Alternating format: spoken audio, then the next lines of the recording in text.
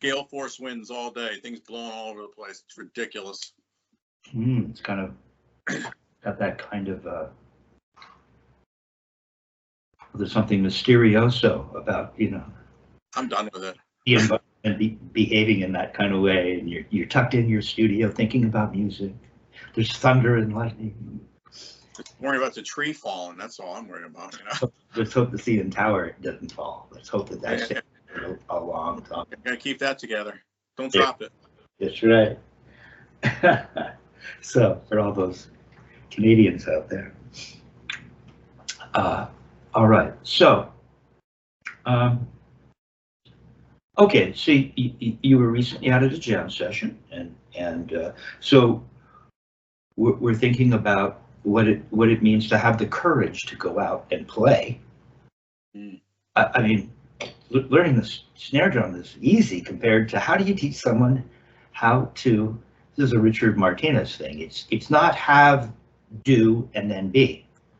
You don't wait till you have it so that you can go and sit in to be it. No, it's be, do, and then you have. So you have to be it before you have it. That means you have to have the courage to go and sit in before you have it. Mm-hmm. Strangely enough, ultimately, you end up having it. Mm-hmm. So I don't know how to teach that courage to. I mean, I can chime in and try to, help folks learn about how important it is to play with other human beings. In fact, that's what Vinny was saying in one of his, where he's featured in Modern Drummer. He just talks about, well, I did a combination of like major shedding, but I also went out and played. Yeah. And that's what you're doing. That's really, really cool. Okay. All right. So, and these upstrokes and downstrokes that you've been working on, mm-hmm. out of the Spivack library. Yeah. They are. I mean, you described you were playing a Southern rock tune. It's just like a basic 2-4, really cool Leonard Skinner tune, and it's just a 2-4 on the backbeat, and then so you're just playing eighth notes on the hi-hat. Mm-hmm. So much of what we do when it comes to playing backbeat music is that kind of thing. Yeah. So the upstroke and downstroke exercise will avail you the opportunity to learn the motions that would typically be involved in playing a backbeat kind of gig. Mm-hmm. And so it's not simply what we play, but how do we play it? Because I can always tell. That was the other thing that Vinny, really appreciate you sending me that podcast. That was the other thing that Vinny mentioned was that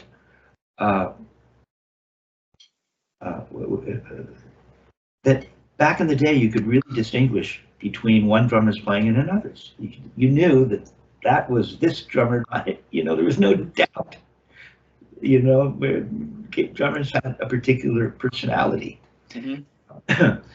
But that said, within the context of the influence of one's own personality on how it is you're going to approach playing said music, I almost always tell, that's Vinny, that's Carlos. Mm-hmm. Someone's recording, I'll be on a bandstand on a break, and they'll start playing something, and it's like, and you can just tell, you just know it is because there's a particular attack. Yeah. Right?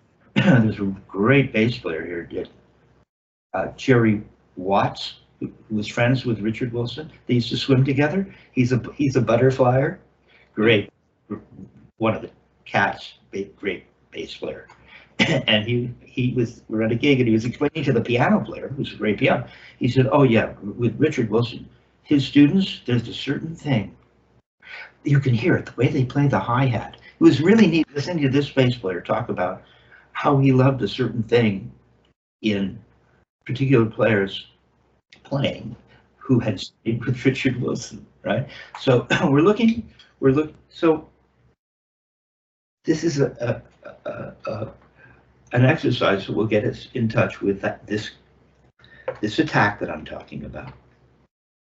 And also I feel, I don't know about you, but I need to know. I need to know what I'm doing. I couldn't stand. I used to have I'd go sit in and I'd have a very, very cool experience, but I wasn't developed enough so that I'd show up at another gig. It'd be maybe a different kind of music or a different volume or whatever it was. And suddenly it wasn't working. And so by going through that, you grow, right?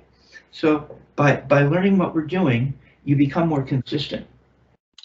This works on low volume very well. Okay, so, all right. So I had you at 44. Yeah.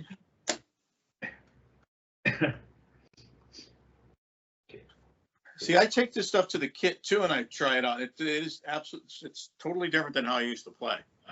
Even though I was playing the other night, I was, in the actual, not, the actual. See, that's coming along. Yeah, just playing for backbeat stuff, and it was totally different than how I used to play. It was like none of that's more. I had some of this going on, but it was all like a lot of rim shots. But now it's like all in the center. I wasn't blowing anybody off the stage. Around like, dude, calm down. Everything's really balanced.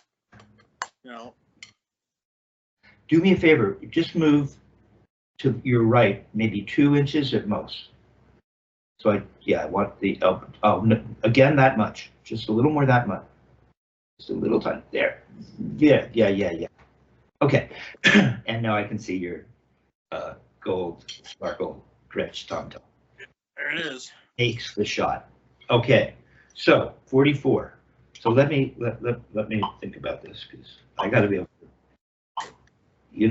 to, the idea of you don't have to know how to do it to teach it, that doesn't make sense to me. No. Okay, so.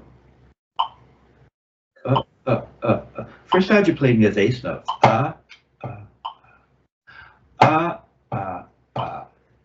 And I explained too that at this speed, see the right just makes a little tap. Yep.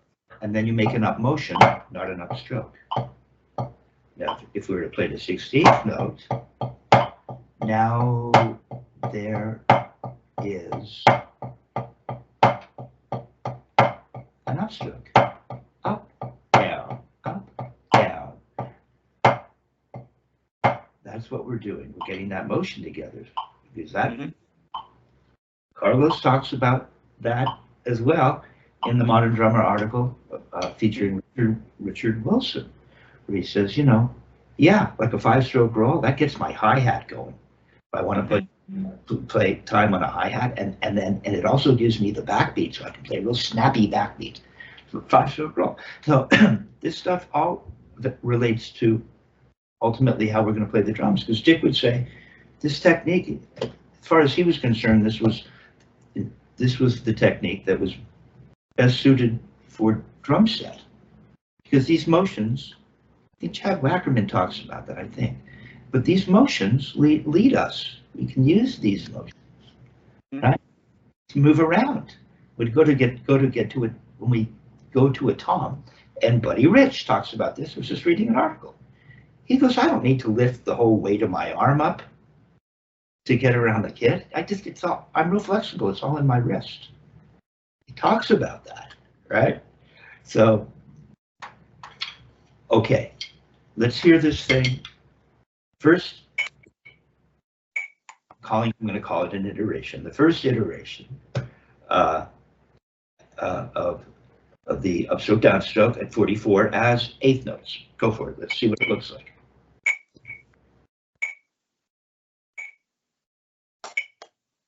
Now, that's totally cool. You started, because Murray has the sticking going both right and left. And he starts it at right, and then underneath you have it starting left. But you started left, which Richard Wilson would often have you do that. right-handed players, he wanted you to start left. So go ahead, start left.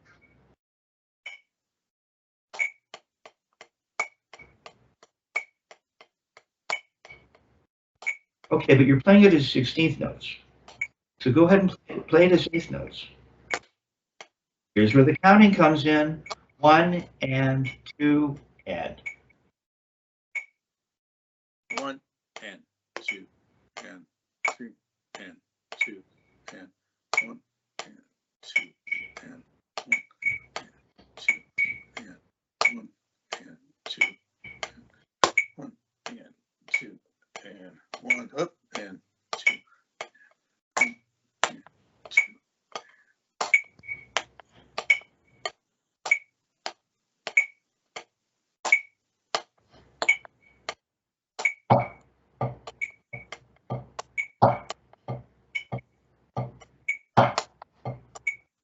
Okay, so this is a good drumming. It's coming along, Yeah. right? Put that on. Time on this band. Yeah, it's not too bad. But I mentioned Carlos talking about the 5-stroke roll and that it helps him get a real snappy backbeat. Mm-hmm. As we were playing, I noticed that my backbeat was snappier than your backbeat, right? Mm-hmm. And so that's part of what you're going to get. Mm-hmm. You get snappiness with this technique, right? And so here, check it out. I'm trying to figure out how I can help you here. Smooth this thing out, and in smoothing it out, you think it's counterintuitive, but smoothing it out makes it snappier, Mm-hmm. right? Because it's like the whip.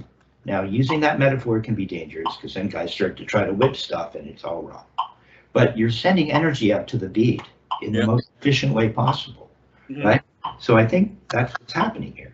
Okay, so let's see. Okay,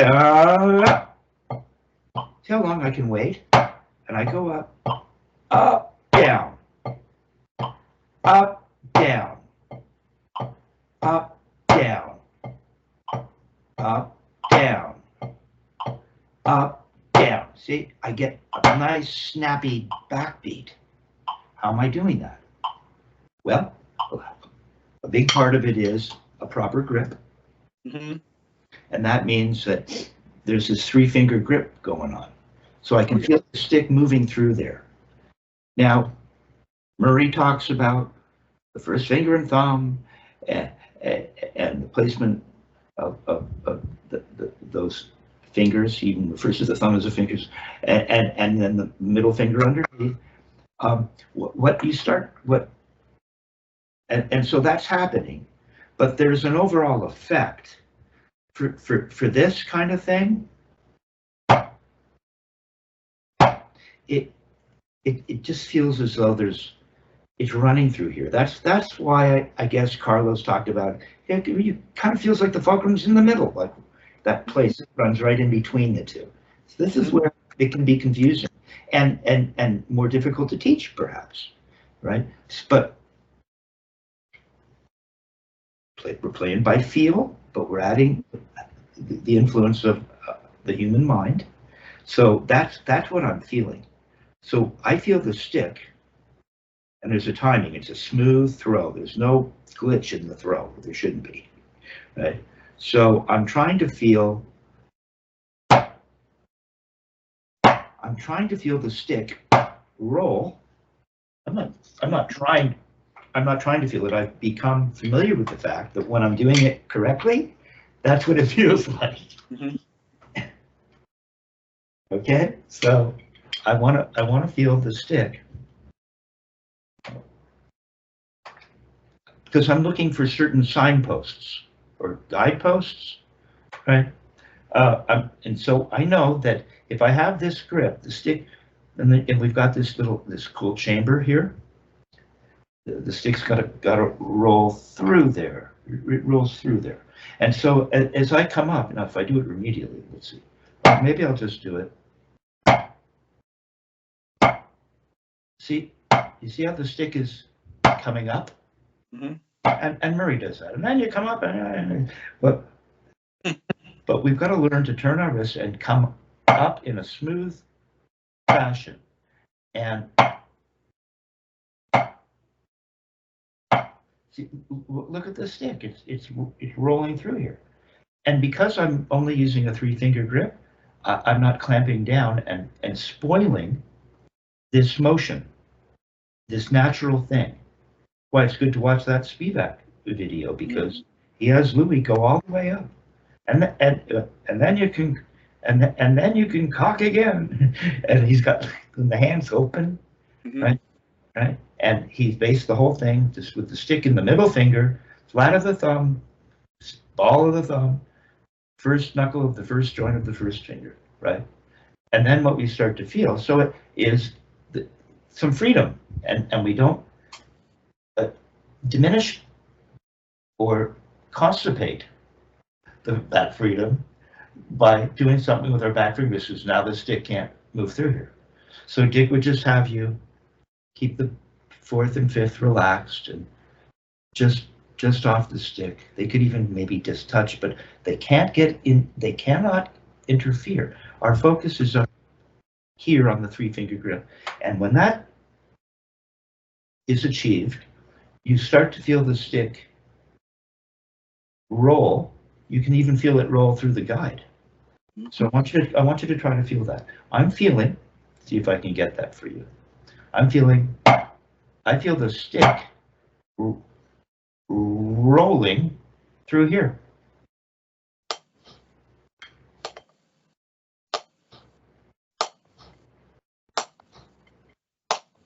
Feel it rolling through there?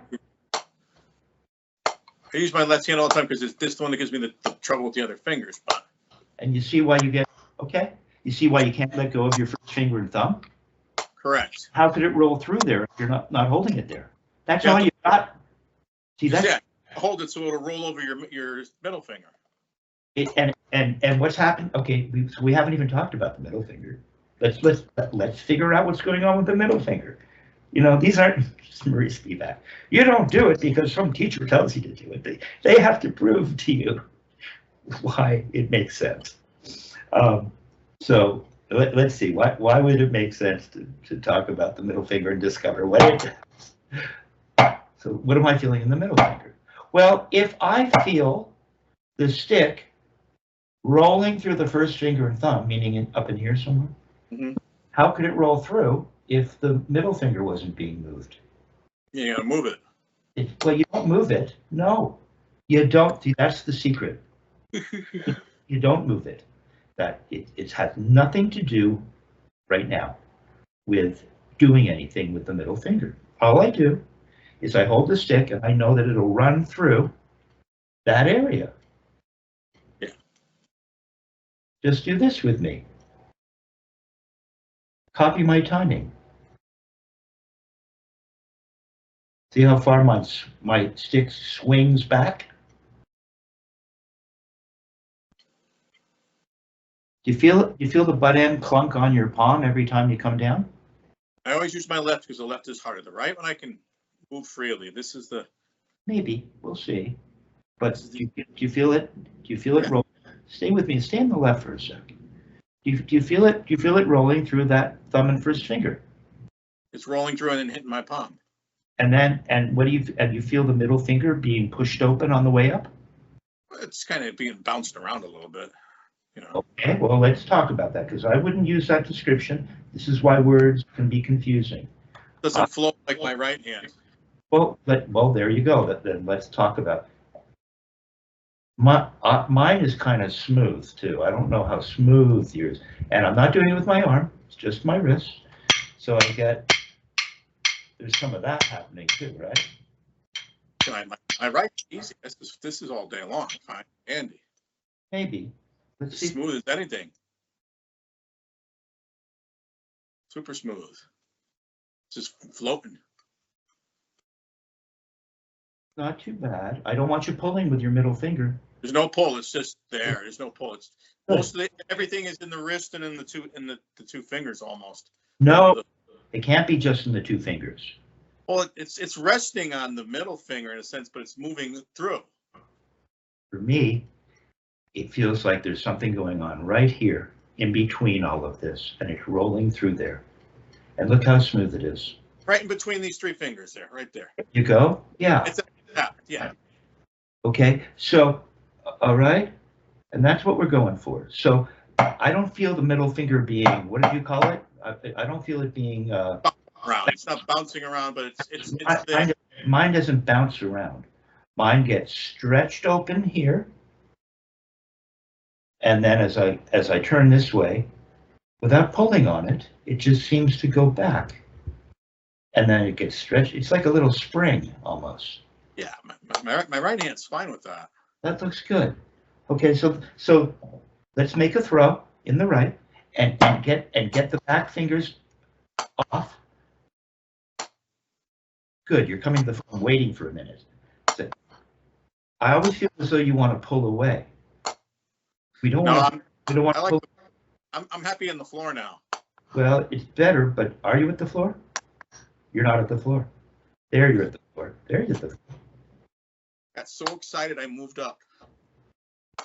Now you're not going straight up. You know, you're just going out like this, going sideways. It goes straight up. So the whole thing has to move in a straight line. There you go, through that 3-finger area. Good, and it waits. And it comes right back to the floor and goes, you're not at the floor. You're not at the floor.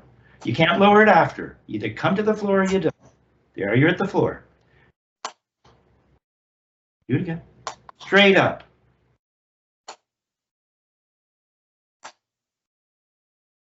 Now, Dick Wilson was I'd be on it. We'd be watching a band and the drummer. He'd go, Kevin, you notice? After every backbeat, the drummer does this. What's that all about? You're doing a little bit of that. Really? Well, why is your thumb closer? Why are you closing up the space every time you laugh? Interesting. Well, yeah, now you're going up sideways again. It's a mistake to think that your right is that much better than your left. It's just that it's looser. I don't have the problem as my right side has movement. My left side's rigid. That's the problem. But I see what you're saying. Just be careful what you're telling yourself, because right now it's not quite right. So every time you land, you close up your space. Why? Why would you do that? Why would I do this? Is I close it like that? Yeah, why are you doing that?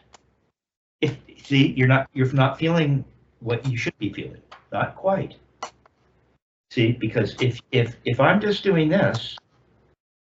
So it should be super loose. No, not super loose. I'm holding it. You could do it this way. Here, just do this now. First finger and thumb. Just easy. You're going real fast. Copy me. Back and forth, up, forth, back and forth. Go smoother. Okay. Okay, so what do you feel as, do you feel a stop? I feel, no, you're opening and closing your hand. My fingers are off, and I'm just holding it here. No, take your other fingers off. There.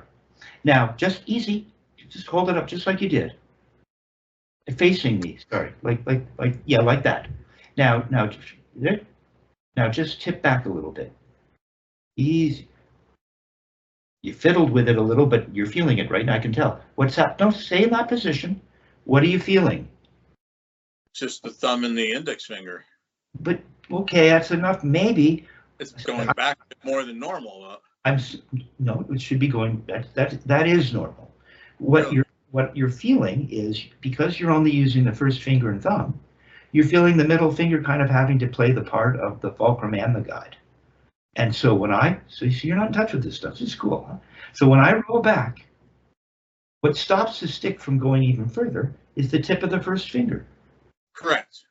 Actually, I was in between the knuckle, but. It's correct. So you see, it's not about it. It's super loose. No, it's not. You have to hold it here and tip back, and there's friction, but you hold, especially if this is all that's on the stick. So when you tip back, you feel the tip of the first finger, right? Yeah. And then you're just going to go this way. It's going to go to the palm, and it'll leave the tip. No, all your other fingers. My fingers are off. This is experimental. So you're back here. So you got to get your grip up here. Okay, and feel it on the tip, and there's a gentle turn this way with your wrist. Don't put your other fingers on. No, they're not there. Good. Gently roll forward, and now it's off the tip, isn't it? It doesn't have the same quality of Now it's on the palm. Yeah, it's just running right through here. And it goes back and it goes to the tip and rolls forward and lands on the palm. Nice and smooth. Mine just goes with my fingers off. Clunk. Yeah. Yeah, clunk. You don't go clunk. It's just you're gently until the thing starts to tip in the other direction. Go real slow. Boom. There. Go slow until it falls. Slower. At what point is this thing going to head straight up now? Now it's just about, it's going to fall. And you're always pushing it there. Can you just feel it fall? Feel it because it's not a lot of, I don't say control, but I can. There. It just falls in. It just falls in. Now don't be doing that. Your other fingers are starting to come in. They're up against the first finger. They want to have some, they want to play too. No. Okay. All right. So you felt that. Okay. Yeah.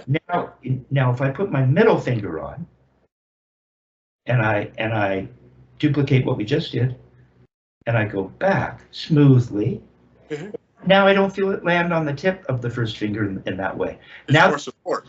Now the middle finger feels like it's doing what the tip of the first finger did. Do you feel that? Yeah, but it feels sturdy. It's a little more sturdy. Now you can relax your first finger a little bit. Yeah. And now you're just going to roll back, and the first finger with the middle finger is going to do what? Let's see. It just falls back to the palm, and the middle finger just follows it.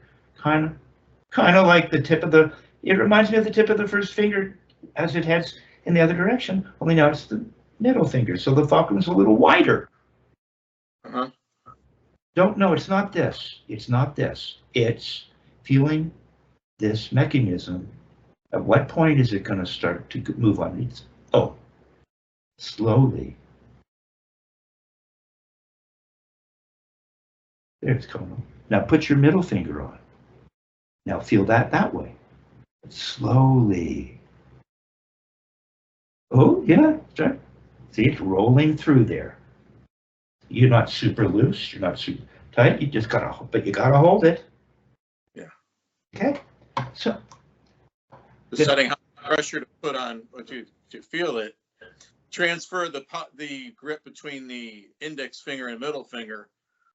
When it moves between the two, that is. Once the weight goes from the index to the middle, almost. Well, that's fulcrum potential. That's the idea that there's a fulcrum right somewhere in the middle.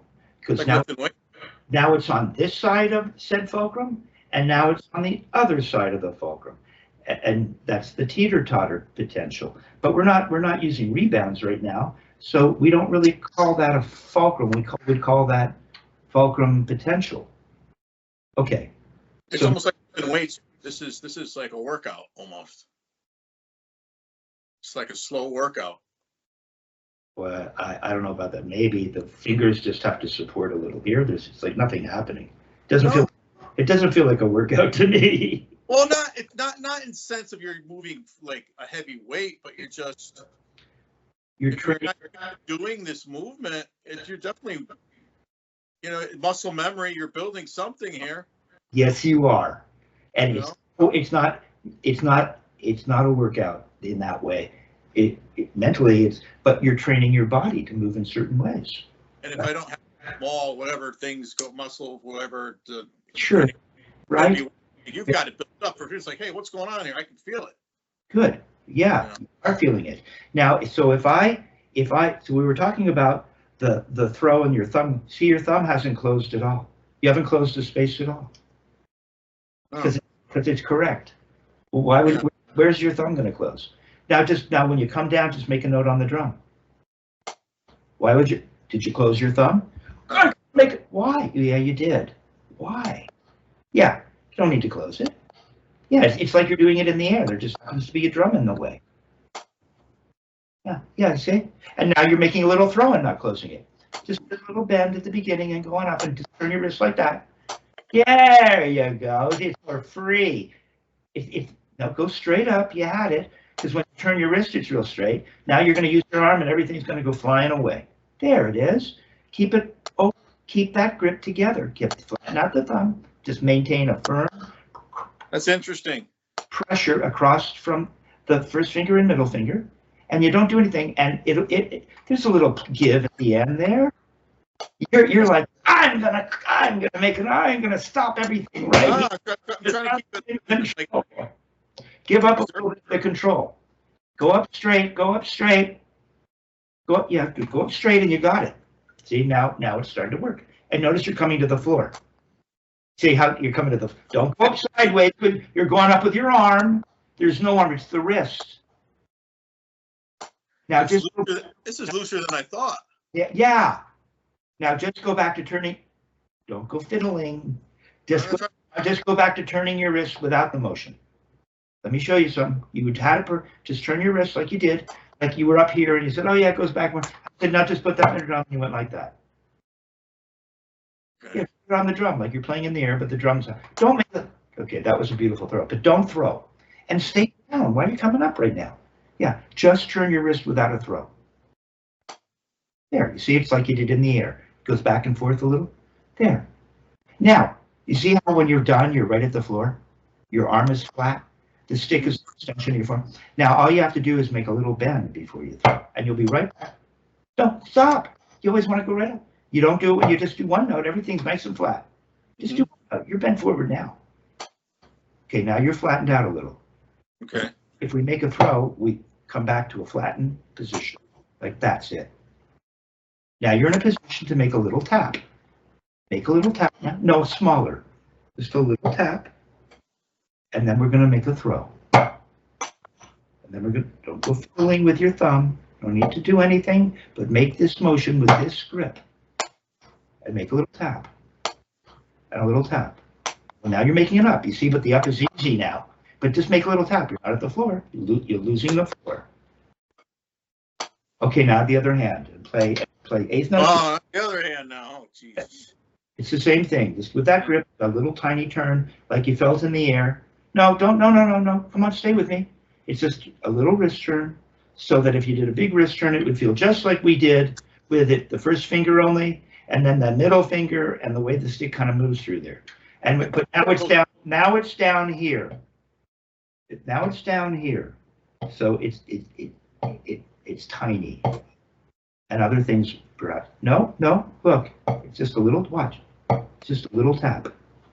Smaller.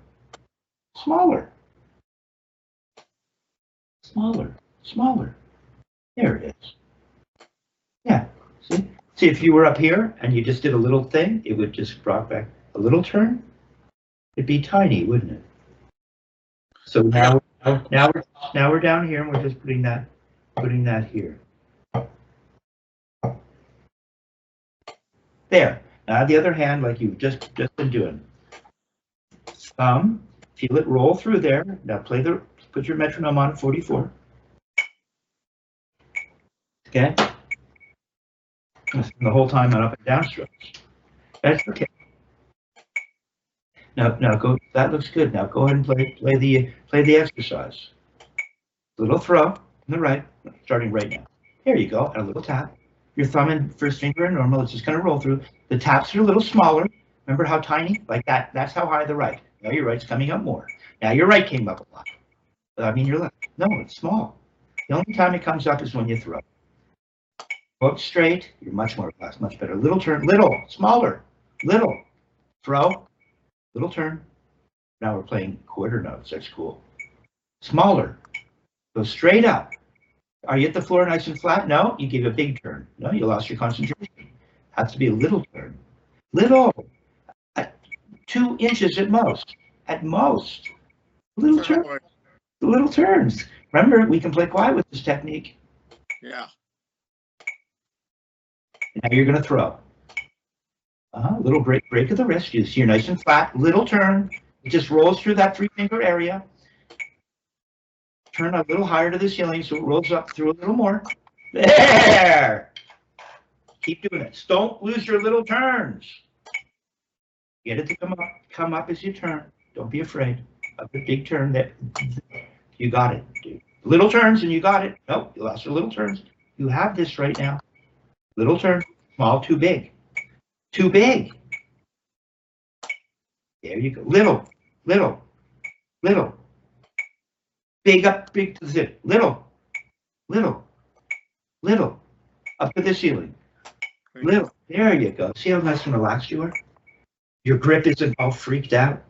There you go. You see? Nice. See how it's snappy? It's going, whack! And you didn't do anything. Nothing. Yeah, and then you just go, whack! And it just goes, boom. Just flies through the air. Don't go turning too high. You're losing it. Little gentle rolling through that 3-finger area. There you go. You got it. Now do that the other way and you have it.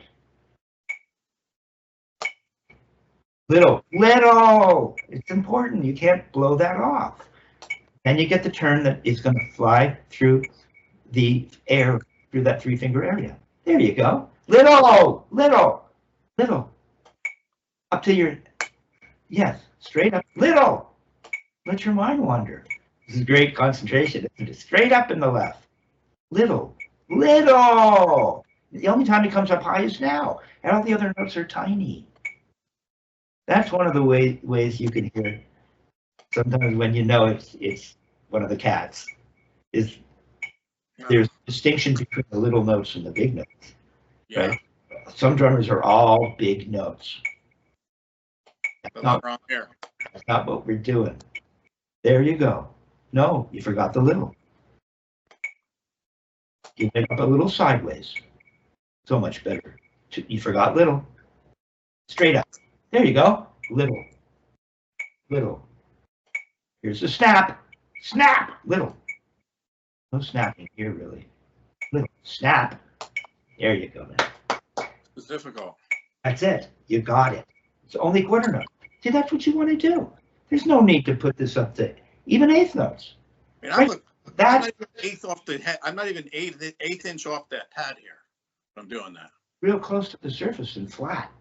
You'll notice when you watch Carlos in that video playing with Pat Metheny, look how flat he is. Yeah, you're flat. What are you doing up here? What is all this stuff? It's just unnecessary. Okay, stop with your head for a sec. I'm having too much fun with this. I know, it's really good. Okay? I'm not going out to sit here and down here. You see, so when you go to play a gig with a backbeat, all you're doing is that.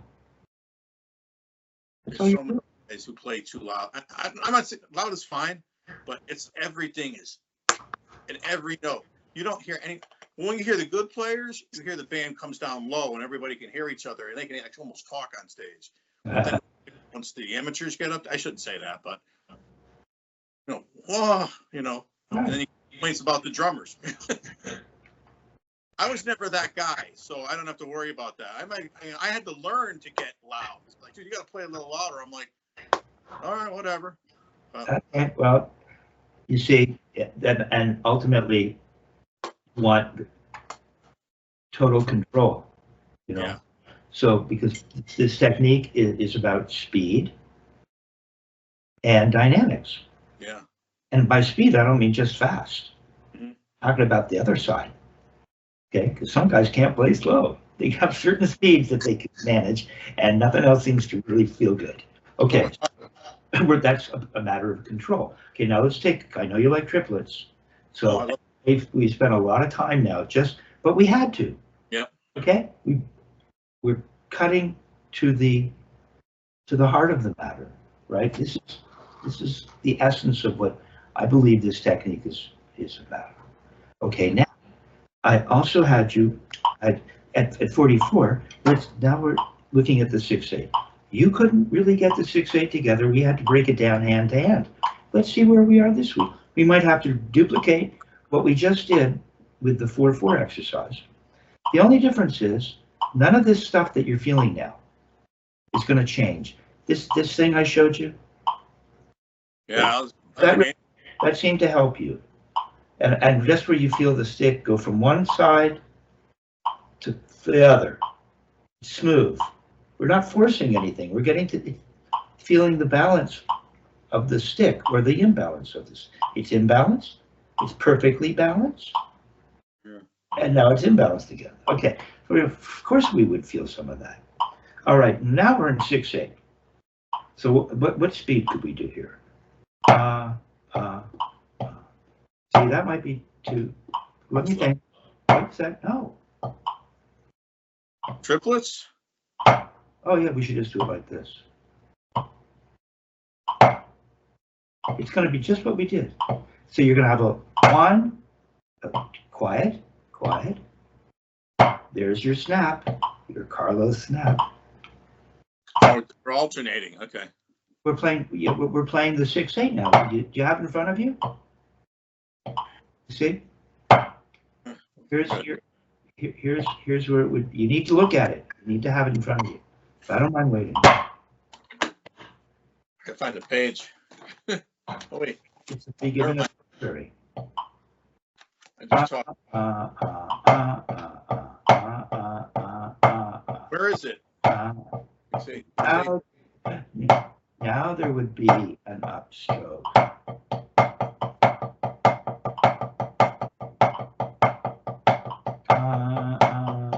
Still slow.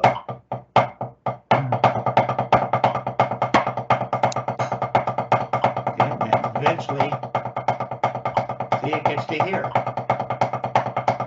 Okay, down, down.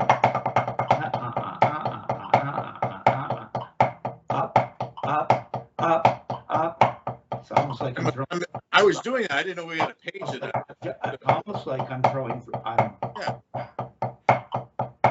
We broke it out with. It's like 1 down, 2 up, right? Yeah. It's like, see, there's this. You still see the snap. You still see that snap. And nothing goes away. No. So now we're into discipline then, because you're finding, Carl. But believe me, it took me. It happened today. And I'm practicing, and I could tell my mind was, Kevin, I was practicing something with a certain length of bars, back and forth, and I wouldn't keep track. It's like I'm going to do 6 of these and 5 of these, and then I'm going to do 6 of these and 5 of these, and then wait a minute, I forgot what I mean 6 of these. Oh, I get to 5 and I do play 6. Okay, well, if I do 7, at least that's an odd number. 7, it's like Kevin, right? You have to discipline your mind, right? And so, which is a big part of getting this more quickly, the whole thing will come more quickly as you start to discipline your mind in that way. And it's very pleasant because it's addictive. You were there playing, oh my God, little, snap, little, and it's like, that's what we want. Okay, so now we're going to do the same thing, real slow, right? So all we're going to do is play with a metronome, just like you did on the last one. Every note is with a metronome, right? So it's 1, 2, 3, 4, 5, 6, 1, 2. That's all we're doing. Little, and snap. Okay? All right, I can do that. Keep the metronome on it for you. Well, we'll see. You can now in 4/4. You can say that with confidence because it's true. And it will be in a minute, but I don't like the fact that you don't feel you see, you will not be able to get this thing that I just showed you, right? See how flat I have to be flat here so I can go up. If I'm always up here, which is kind of what you're doing, then you never have the opportunity to break the wrist and get that Carlos snap. Okay, so no, you're not flat now. You have to show me the starting position. Sit up. Don't be leaning back too much. You got to sit up. Alexander technique, and get nice and flat. The forearm should be flat, and the wrist. You know your wrist is too pointed forward. Look at the position of my wrist. No, wait, it's not right. Let's get it right. Flat. It's this shape here. Yeah, you see mine. If you need to raise your pad a little, because you're always in this bent, smooth shape, and mine has a little bit of an upward angle to the hand relative to the forearm. From the wrist, that top of the hand goes upward just a little. Why not? Let's bring it up. Try it. And then, that's so important, Carl. That is so important. Check it out. Check out how important that is. Don't play. This is intellectual. You see the position of my right hand? Yeah. In terms of the relative to the forearm? Oh, now watch. Watch. Hopefully it's correct. See, it's the same in the left. It's not important. The two, how can you play matched and traditional if you don't have the proper position? Starting with, they're the same. They should be the same. You see? Because I know that, don't play, because I know that at a certain point, I'm going to want to make an upstroke. And then it'll be more rounded. It will look like this. And in the left, I know that the wrist is going to round out as I make this motion. And it becomes more round. So the wrists have to have a flatness relative to the pronation. Okay, don't point the first finger. Okay, so pay attention. How's this shape? Show it to me from the side. No, you're bent forward. Don't you see that? No. First of all, okay, I told you this is right now we're into theory. Forearm is flat. Is that flat? I went and bought levels. I used to take the level to my arm. I take levels to the sticks. So I went to the hardware store and bought those little levels with the bubble, the water in the bubble. Okay. Is it flat? I think it does look pretty flat now. Your forearm. Yeah. Now that's you got that, but it's not right. Stay with me.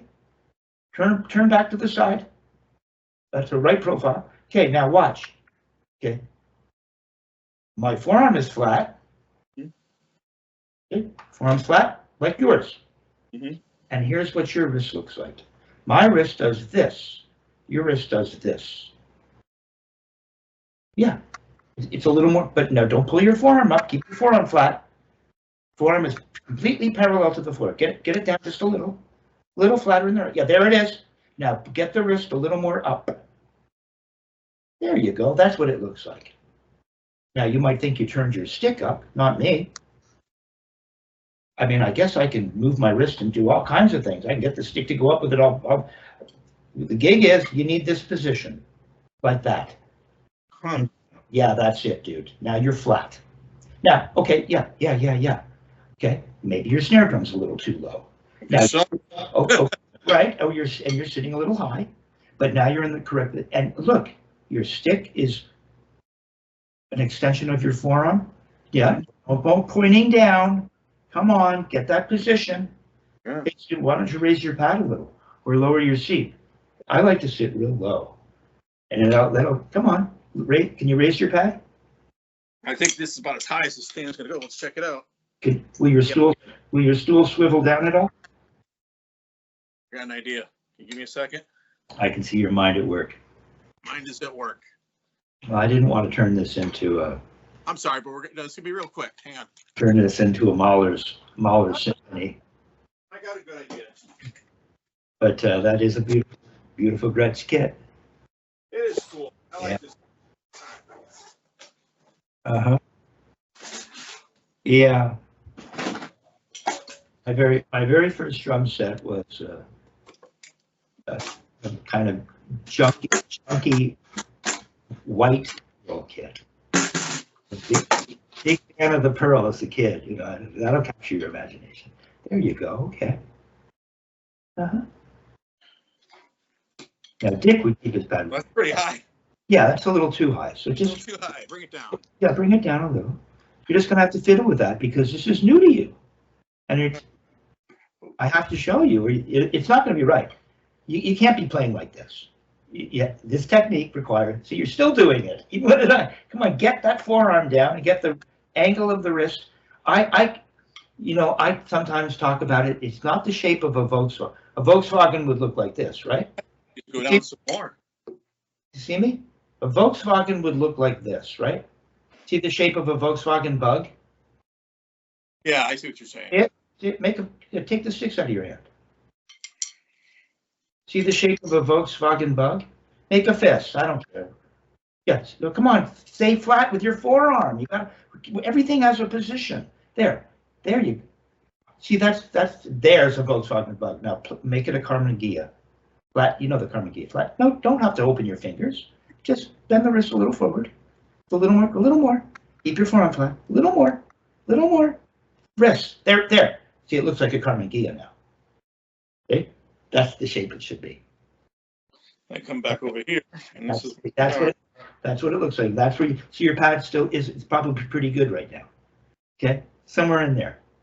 All right. Carmen Gia. I'll use that with you. No, you've lost it. And what are we going to do? Hold on. I'll come up with another analogy. So you got your Volkswagen Bug. Yeah.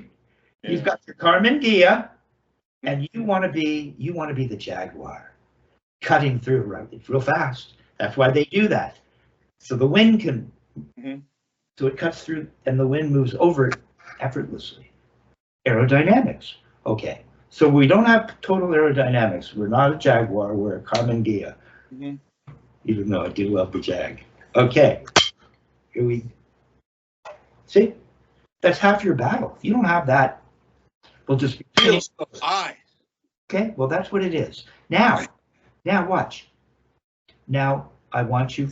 Come on, you've already bent forward like you're making. See, you don't know the difference between being flat and now just leave the beads where they are. That's the Martinez fixed point in the universe.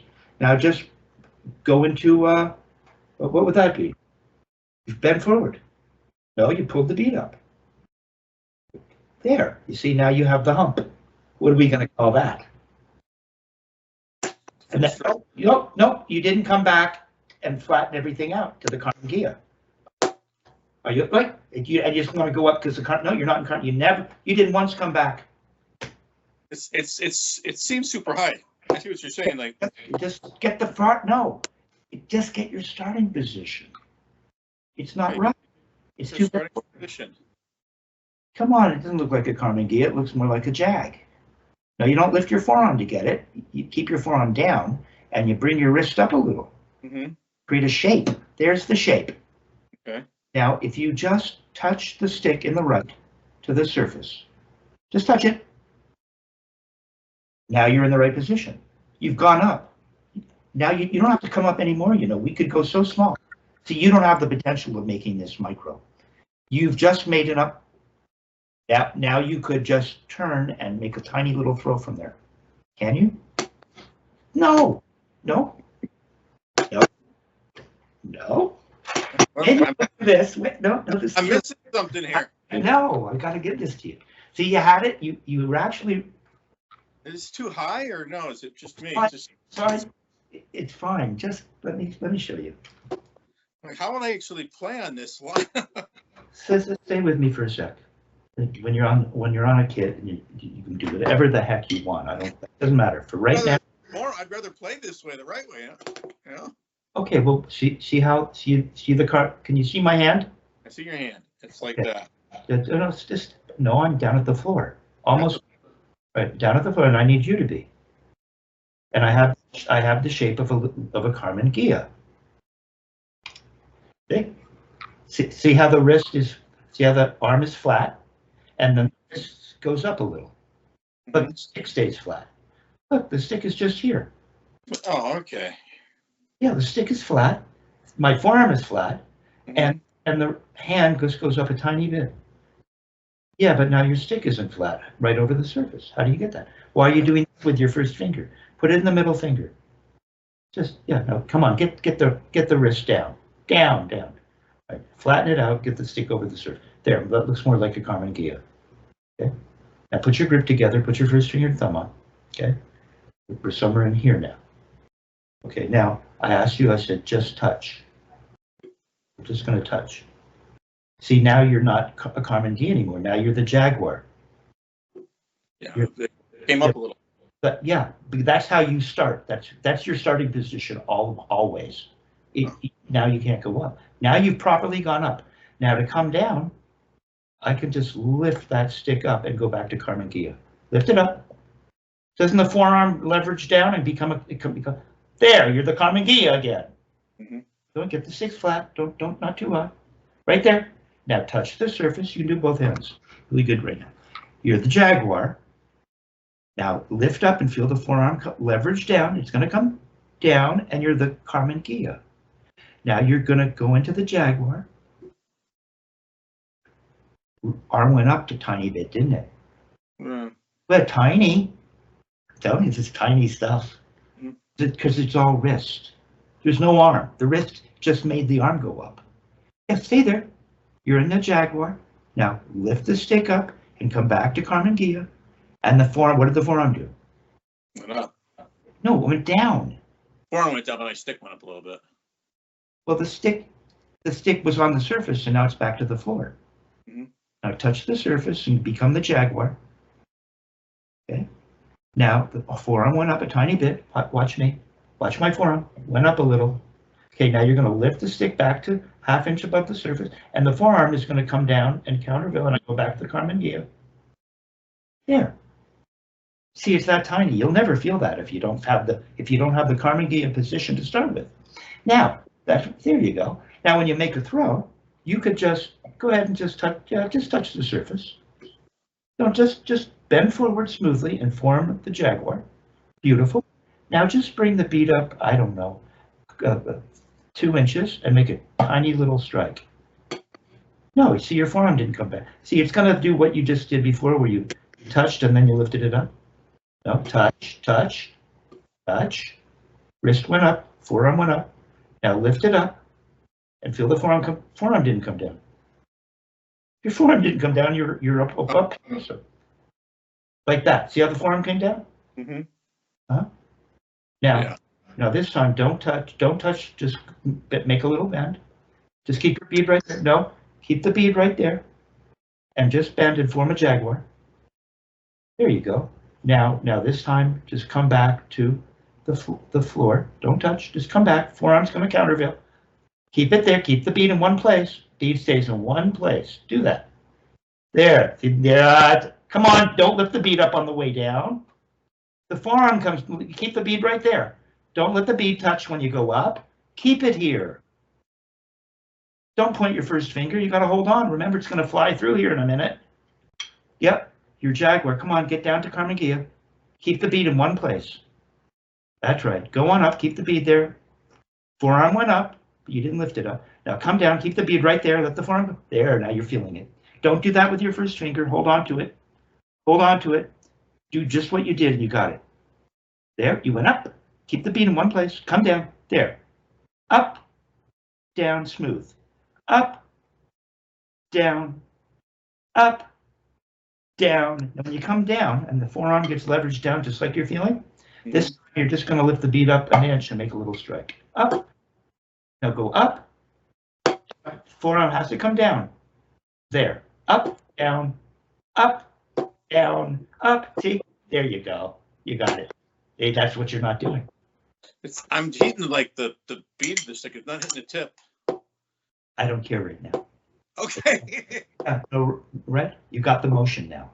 If we need to have you just smooth it out and just search for that bottom of the bead. There you go. You're starting to becoming this weird thing instead of going from a Jaguar to a Carmen Gia. There. Now just turn your wrist normally and don't make a motion. Just turn up to the ceiling. See the Jaguar and the Carmen Gia. You're always there. No, just turn up to the ceiling and come back down. This makes strikes like a regular wrister. See, now you're not making a motion up, so it always stays like a Carmen Gia kind of thing. You see, it always comes back to the Carmen Gia like that. It never forms a Jaguar. You're not making a motion. Then you're beautiful. Now just make a little motion from the Jaguar first. Let the forearm come down. Don't go shoving it. Carmen Gia, Jaguar, Carmen Gia, Jaguar, Carmen Gia, Jaguar, Carmen Gia, Jaguar, Carmen Gia. Faster. Come on, move less and less. Jaguar, come on, stop low. Jaguar, Carmen Gia, hold on. There you go. Go da da da da da da up down Jaguar. Smaller. Say it. All right, we're stopping now. Yeah, that's more like that. See what that is? You really like that. I'm surprised it's this high. Well, It feels so. It The pad. Maybe if I bring it down just a little bit lower. yeah, you'll have to fiddle with that. But you've never thought about it because the pad's height had no relevance to anything. I'll see. Right? Yeah. So I keep my elbow tucked in. This is like nothing.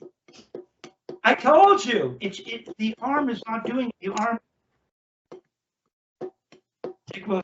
Let me get that, because you did really good today. I'll just have you work on that triplet exercise, playing to the click at 44. Yeah. And all you're going to do is stay low and do that. The only time you form a jaguar is when you go to make your snap throw. Yeah. And all the other notes are always right here, and they never form the little bend that gives you the throw where you get the jaguar. But if you're always starting here, it just becomes some weird, dumb, not this technique. That could lead to tendonitis and other crap, so. Probably. Yeah, that's probably what. Okay, so this is a very natural way to play. Yeah. And if you couple, and then you couple this knowledge with the courage, the fact that you're going out and playing, and doing that, and dealing with these medical conditions, it's pretty cool. I'll leave you with one of my favorite Dick Wilson lines, which is, it was a question. He goes, Kevin, it's a one-word answer. What is the difference between talent and art? Courage. Yeah. Turning off the camera.